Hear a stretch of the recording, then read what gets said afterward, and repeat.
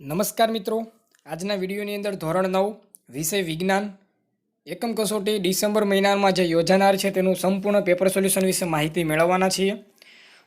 તો વિડીયોની શરૂઆત કરતાં પહેલાં જો તમે ચેનલમાં નવા હો તો ચેનલને સબસ્ક્રાઇબ કરીને બાજુમાં પેલા બેલ આઇકન ઉપર ક્લિક કરી દેજો, જેને કારણે આ ચેનલમાં જ્યારે કોઈ નવો વિડીયો અપલોડ થાય એની માહિતી તમને સૌથી પહેલાં અને સૌથી ઝડપથી મળતી રહે।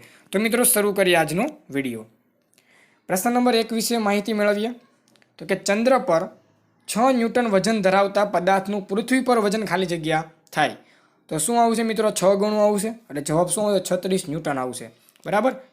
2 નંબરનો પ્રશ્ન છે, પૃથ્વીના ગુરુત્વાકર્ષણને કારણે લાગતા ગુરુત્વ પ્રવેગ જીનું મૂલ્ય ખાલી જગ્યા થાય।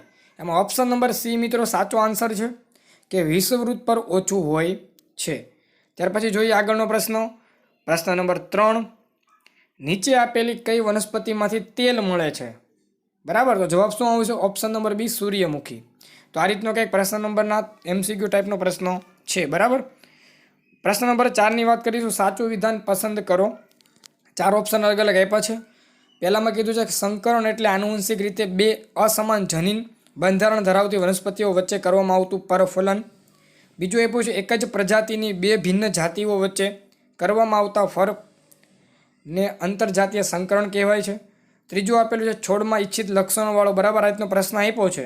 એમાંથી સાચો જે વિધાન છે ઓપ્શન નંબર એ આવશે।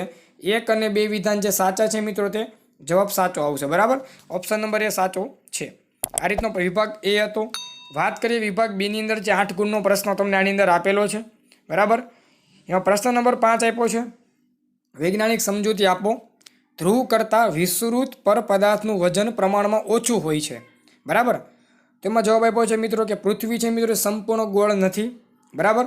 પૃથ્વીનો આગળનો ભાગ વિષુવવૃત્ત પાસેના ભાગ કરતાં થોડો કેવો છે? ચપટો હોય છે। આથી પૃથ્વીના કેન્દ્રથી વિષુવવૃત્તનું અંતર એ ધ્રુવના અંતર કરતાં કેવું હોય છે? વધારે છે।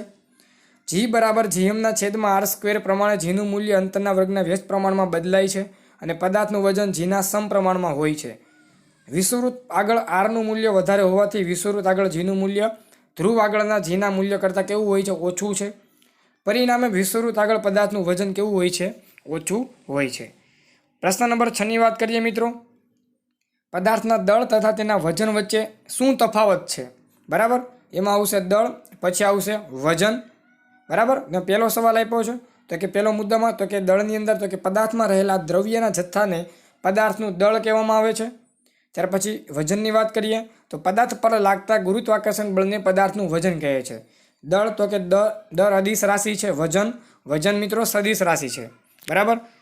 પ્રશ્ન નંબર 7ની આપણે વાત કરીએ, ખાતરનો વધુ પડતો ઉપયોગ પર્યાવરણ માટે હાનિકારક છે?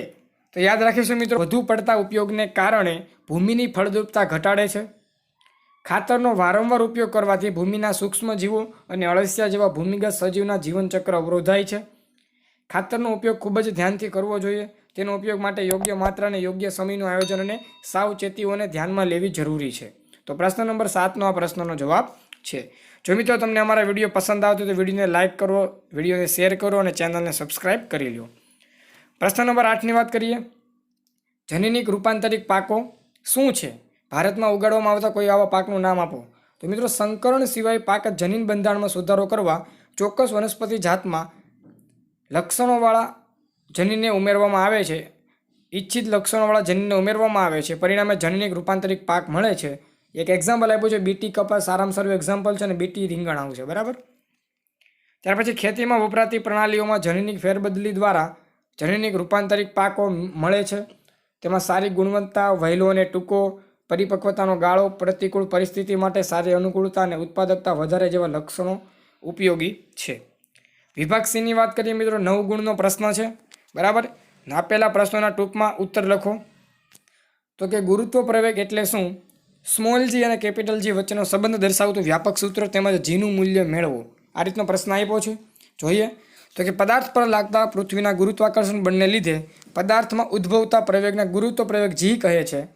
જો પૃથ્વીનું દળ ME હોય, ત્રિજ્યા RE હોય અને કેન્દ્રથી D જેટલા અંતરે રહેલા M દળનો પદાર્થ પર લાગતું ગુરુત્વાકર્ષણ બળ F બરાબર G ME/d2, જેને સમીકરણ નંબર 10.6 કહીએ, તે રીતે આપણે F બરાબર MA પણ સૂત્ર તારવી શકીએ છીએ, જેને 10.7 સમીકરણ કહીએ। હવે ગુરુત્વ પ્રયોગની વ્યાખ્યા ઉપરથી F બરાબર G, તો F બરાબર mg, બરાબર. એટલે છેલ્લે તમે જોઈ શકો છો ઇક્વેશન નંબર આપણને મળે છે 10.9. તો આ પ્રશ્નો આનો જવાબ આવશે.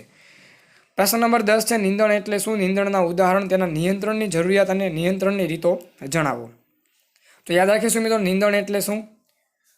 તો કે નીંદણ એટલે કૃષિ ઉપયોગી ભૂમિના મુખ્ય પાક સાથે ઉગી નીકળતી અનાવશ્યક વનસ્પતિઓ, બરાબર. એના એક્ઝામ્પલ આપેલા છે નીંદણના: ગાડરિયું, ગાજર ઘાસ અને મોથા. પછી નીંદણની જરૂરિયાત શા માટે હોય? બરાબર, એક સવાલ છે. નીંદણ નિયંત્રણની જરૂરિયાત, બરાબર. તો કે કૃષિ ભૂમિમાં નીંદણ મુખ્ય પાક સાથે સ્થાન, પ્રકાશ તેમજ પોષક તત્વો માટે સ્પર્ધા કરે છે. તેથી પાકની વૃદ્ધિ ઓછી થાય છે. આથી સારી ઉપજ માટે નીંદણને પ્રારંભિક અવસ્થામાં જ ખેતરમાંથી દૂર કરવું જોઈએ. નીંદણ નિયંત્રણની રીતો મિત્રો આપેલી છે, તો કે 5 પ્રકારની છે. તો કે નીંદણનાશક રસાયણનો છંટકાવ કરવો, યાંત્રિક રીત દ્વારા નીંદણને દૂર કરવું, સમયસર પાક ઉગાડવો, યોગ્ય ચાસ તૈયાર કરવા, આંતરિક પાક લેવા અને પાકની ફેરબદલી જેવી નિષેધાત્મક રીતો નીંદણને નિયંત્રિત કરવામાં મદદરૂપ થાય છે. પ્રશ્ન નંબર 11 છે ફ્રેન્ડ્સ, નીચેની આકૃતિ જે તમને આપેલી છે એમાં 2 પાક A અને B જૈવિક અને રાસાયણિક ખાતરો દ્વારા ઉછેર દર્શાવ્યા છે. અન્ય પર્યાવરણીય પરિબળો સમાન ગણીને આલેખનું અવલોકન કરો અને આપેલા પ્રશ્નોના ઉત્તર આપો. આલેખ તમે જોઈ શકો છો પ્રશ્ન પેપરમાં છે મિત્રો. તો જવાબ આવશે મિત્રો પહેલાની અંદર પહેલો પ્રશ્ન આપ્યો છે, આલેખ બીમાં પાકનું ઉત્પાદન એકદમ વધીને ધીમે ધીમે કેમ ઘટી જાય છે? તો જવાબ પણ તમે જોઈ શકો છો કે આલેખ બીનું પાક ઉત્પાદન એકદમ વધી જાય છે અને પછી ધીમે ધીમે ઘટી જાય છે, કારણ કે તેને રાસાયણિક ખાતર આપવામાં આવ્યું છે. જૈવિક ખાતરના પ્રમાણમાં રાસાયણિક ખાતર ઓછું કાર્ય કરતું હોવાથી પાક બી ધીમે ધીમે ઘટી જાય છે. જવાબ 2ની વાત કરીએ, આલેખ એમાં સૌથી ઉપરની ટોચ પર વિલંબિત થાય છે, કારણ કે તેમને જૈવિક ખાતર આપવામાં આવ્યું છે. જૈવિક ખાતરમાં બધા જ પ્રકારના સેન્દ્રિય પદાર્થો આવેલા હોય છે, જેથી પાકનું ઉત્પાદન સારું થાય છે, બરાબર. એટલે પાક એ ટોચ સુધી વિલંબિત થાય છે. જવાબ 3ની વાત કરીએ, આલેખમાં બંને પેટર્ન અલગ અલગ છે, કારણ કે એકને રાસાયણિક ખાતર આપવામાં આવ્યું છે અને એકને જૈવિક ખાતર આપવામાં આવ્યું છે.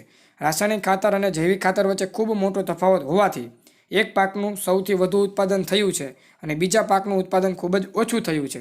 આથી કહી શકાય કે બંને પેટર્ન અલગ અલગ છે. વિભાગ D 4 ગુણનો પ્રશ્ન છે. નીચેના પ્રશ્નોના સવિસ્તર ઉત્તર આપો. તો કે ગુરુત્વાકર્ષણનો સાર્વત્રિક નિયમ સમજાવો અને ગાણિતિક સ્વરૂપ જીનું મૂલ્ય મેળવો. તો મિત્રો ગુરુત્વાકર્ષણનો સાર્વત્રિક નિયમ તમે જોઈ શકો છો. તો કે વિશ્વનો પ્રત્યેક પદાર્થ છે બીજા પદાર્થને પોતાની તરફ આકર્ષે છે. 2 પદાર્થો વચ્ચેનું આ આકર્ષણ બળ તેમના દળના ગુણાકારના સમપ્રમાણમાં અને તેમની વચ્ચેના અંતરના વર્ગના વ્યસ્ત પ્રમાણમાં હોય છે, બરાબર. અને બંને જોડતી દિશામાં હોય છે. આકૃતિ તમે જોઈ શકો છો, એની આકૃતિ છે, બરાબર. ધારો કે 2 પદાર્થો A અને M લઈએ અને દળ કેપિટલ અને સ્મોલ m લઈએ, તો આ પદાર્થોને કેન્દ્રને જોડતી રેખા C1 C2 બરાબર D લઈ લો. કેન્દ્ર C1 કેન્દ્ર C2 બંનેને D વડે જોડવામાં આવે છે, બરાબર. આ રીતેનો જવાબ તમે વિડીયોને પોઝ કરીને મિત્રો વાંચી શકો છો, બરાબર. બંનેના તમારે સૂત્ર ઇક્વેશન સાબિત કરવાના છે. અને છેલ્લે તમે જોઈ શકો છો ઇક્વેશન નંબર 10.4 જે છે એને ગુરુત્વાકર્ષણ નિયમનું સાર્વત્રિક ગણિતિક સ્વરૂપ એને કહેવામાં આવે છે, બરાબર. તો બસ મિત્રો આ તો ધોરણ 9 વિષય જે વિજ્ઞાન ટેકનોલોજી, તો એકમ કસોટીના પ્રશ્ન પેપરનું સંપૂર્ણ સોલ્યુશન. જો વિડીયો ગમે તો લાઇક કરો, શેર કરો, તમારા મિત્રો સુધી વિડીયોને પહોંચાડો. મળીશું મિત્રો નવા વિડીયોમાં નવા પેપરના સોલ્યુશનમાં. ત્યાં સુધી બધાને ગુડ બાય, થેન્ક યુ.